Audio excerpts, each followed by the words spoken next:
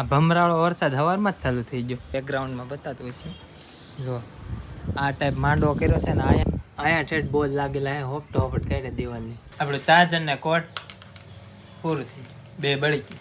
બરાબર 4000 રૂપિયાનો ખર્ચો આવ્યો. હવે 4000 મારે ક્યાંથી ઊભા કરવાના?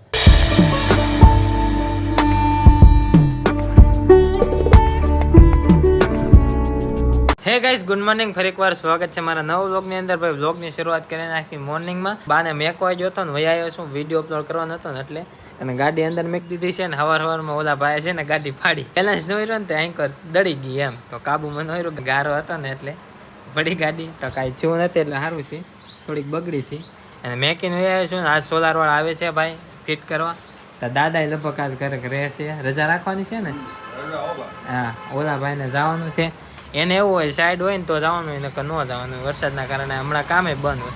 તો મારે તો કામ છે એટલે હું હવે અગાસીમાં જઈને આપણું કામ કરવા મળું ને કે આપણે કાંઈ ભેગું નહીં થાય. આ ભમરાળો વરસાદ સવારમાં જ ચાલુ થઈ ગયો.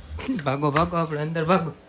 હા, આ બધું કામ ખોલ્યું મેં અને મેં કીધું ગાભો લેતા હું, ઓશીકો લેતા હું, કેમ કે ટેબલ બહુ નાનું પડે છે એના માટે. તો વરસાદ તો અત્યારે ચાલુ છે. સોલારવાળાને ફોન કર્યો કે આવું છું. હા, આમાં એ કેમ કરશે? આ ગાભો લાવ્યો છું ને હું તમને કહેતો ને કે કાતર બતાવીશ.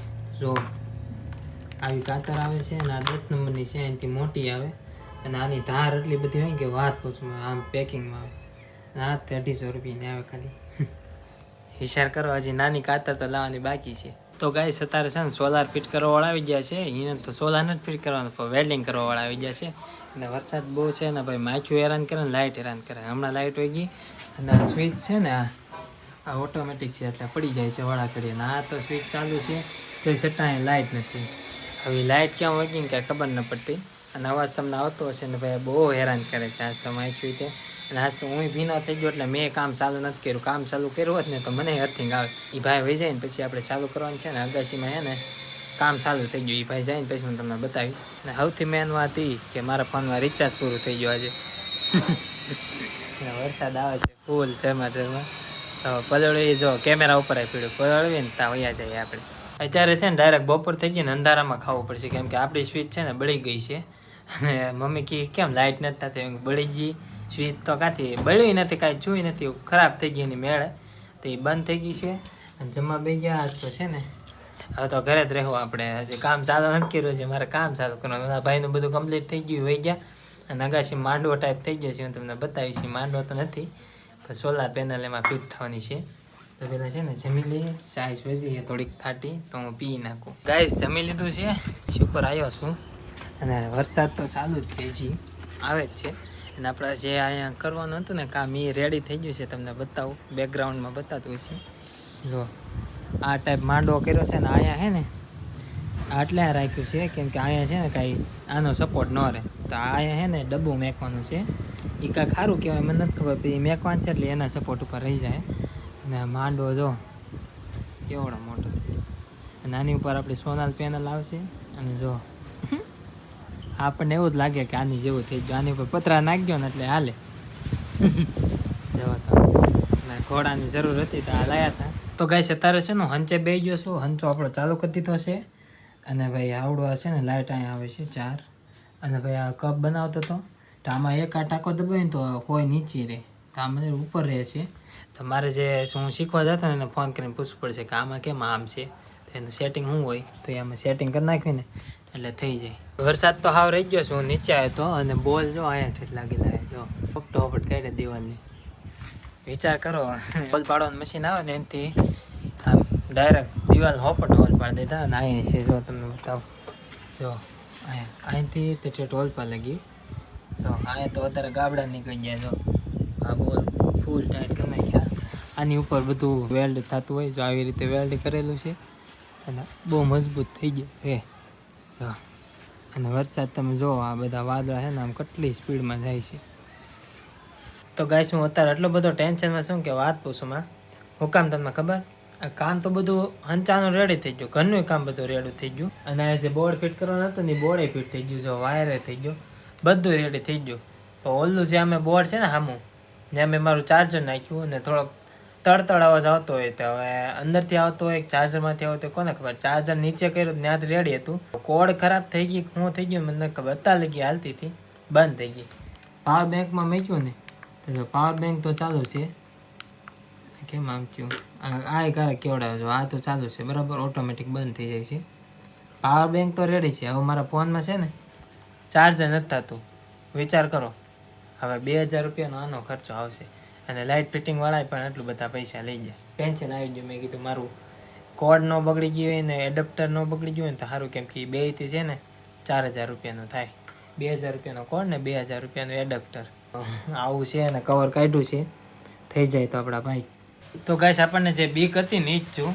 આપણું ચાર્જર ને કોડ પૂરું થઈ ગયું, બે બળી ગયું છે ને. આમાં ચાર્જર કરું છું તો આમાં ચાર્જર કરું ને તો આવડી આ પિન છે ને આટલી ગરમ થઈ ગઈ ને ખાલી 5% થવામાં વાંચતું છું મને. મારો ફોન બગડી જાય ને બધું થાય તો આ તો હવે છે ને ફેલ થઈ ગયું, કેમ કે ભાઈબંધના ફોનમાં તે ચડાવીને જોયું તોય ના હાલતું, મારા ફોનમાં જોયું તોય તે ફેલ થઈ ગયું આખું. હવે ચાર્જર જ નથી થતું.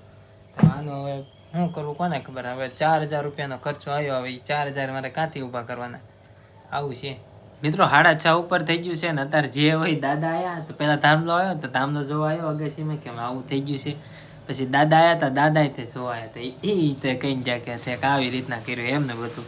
મેં કીધું હા. અને મારા ફોનમાં છે ને પાવર બેંકથી માઇન્ડ ચાર્જર કર્યું છે. અત્યારે અગાસી ઉપર છે ને મમ્મી આવી ગયા છે જોવા કે ભાઈ કેમ કામ કરે છે. મેં એને એમ કીધું કે ચાર્જર બળી ગયું કે જો લેમન આવે એક તો અને ખર્ચા વધી જાય છે અને ચાર્જર બળી ગયું. હવે કે કેટલા ના આવે? મેં કીધું 4000 નો આવશે એમ તો આમ 3800 જેવા થાય. તો એ કે ઓહો એટલું બધું? હા હવે 2-3 દી આમાં પાવર બેંકમાં કાઢી નાખી પછી નવું લેવા જાવું. હવે ક્યારે લેવાનું મેળ આવે કઈ નક્કી નહીં. ક્યાં લાઇટ બિલ 1700 રૂપિયા આવેલું છે. સોલાર નખાઈ જાય પછી લાઇટ બિલ ને ભરવું પડે. અત્યારે હજી ખાલી માંડવો કર્યો છે. કા માંડવો થઈ ગયો હજી તો ક્યારે ફિટ થાય ક્યારે મીટર આવે એનું કઈ નક્કી નહીં. એમાં 15-20 દી વહી જાય મને તેવું લાગે. નીચે વયા છીએ અને જોવા ભાઈ સમોસા. હા દાદા હે ને મંગાવી લીધા સમોસા બધા હાટે કે છોકરાઓ ખાવ છે. જોવા બધા બે ગયા સમોસા ખાવા અને ગરમા ગરમ છે. વરસાદના ગરમા ગરમ સમોસા પેલા ખાઈ લે. પકોડા બાજુમાં લારીમાં બાજુમાં જ મળે. મને ન ભાવ, મને સમોસા આવડા હાલ છે. અત્યારે છે ને જમવા આવી ગયો છું એ નીચે અને આજ તો છે ને હવે તો મારે એવું જ તે ટાઈમ મળે ને એટલે શિવા હોઈ જવાનું, ટાઈમ મળે એટલે શિવા હોઈ જવાનું. તો છે ને શિવા હોઈ ગયો થયો અને પાછું છે ને નીચે આવી ગયો છું. જમવાનું થઈ ગયું. જમવામાં તો ખાલી શું છે વાટકો? ના ચા છે. ચા ને થેપલા બનાવ્યા છે આજે તો ચા ને થેપલા ખાઈ લઈ. કેમ કે છે ને વરસાદના ગરમા ગરમ ચા થેપલા ખાવાની મજા આવે. મમ્મી બેસી ગયા છે, બધા બેસી ગયા છે ને પેલા જમી લઈએ. તો ગાઈસ જમી લીધું છે ને ભાઈ. વરસાદ હજી આવે છે બોલો. તો વરસાદ હજી આવે છે. વાતાવરણમાં જો આમ કેસરી છે ને આ બાજુ બધું બ્લેક છે. તો અહીંયા કેમ એમ છે ને કાંઈ ખબર નથી પડતી. બાકી જો આમ ભાઈ વરસાદ તો હજી ચાલુ છે અને મને તો બહુ વરસાદ આમ ચાલુ છે. મને એમ લાગે કે બરફ પડશે ઘઉં અને આ સ્નોફોલ થતું હોય ને એવો જ તે વરસાદ આવે છે. તો હવે છે ને નીચે જાય અને આપણે બહુ પલળવા નથી થતું કેમ કે પછી છે ને તકલીફ પડી જાય, માંદા પડશું. ને ભાઈ તો માંદો પડ્યો પણ હારવાર આપણે નથી પડવાનું. અને મારું ચાર્જર તો પૂરું જ થઈ ગયું. હવે પાવર બેંકમાં કોડ આવેલી છે ને એટલી હારવાર તો અહીંથી હવે ચાર્જ હકાલું છું અને આ પિન ગરમ થઈ જાય છે. હવે જોયું જાય છે એમ થાય એમ. હવે બધા એ હોઈ જાય છે. આ ભાઈની ફોન તૈયાર છે. મમ્મી ટીવી જોવે છે. ત્યારે ડાયરેક્ટ છે ને મોર્નિંગ થઈ ગયું છે ને રાતે ઊંઘમાં મારે હુવાઈ ગયું બ્લોગ એડિટ કરતા. બાકી આઈ હોપ આજનો બ્લોગ તમને પસંદ આવ્યો છે. પસંદ આવે તો લાઈક કરો, ચેનલમાં તો સબસ્ક્રાઈબ કરો. મળીએ ના બ્લોગમાં. ત્યાં સુધી બધાને રાધે રાધે, બાય બાય.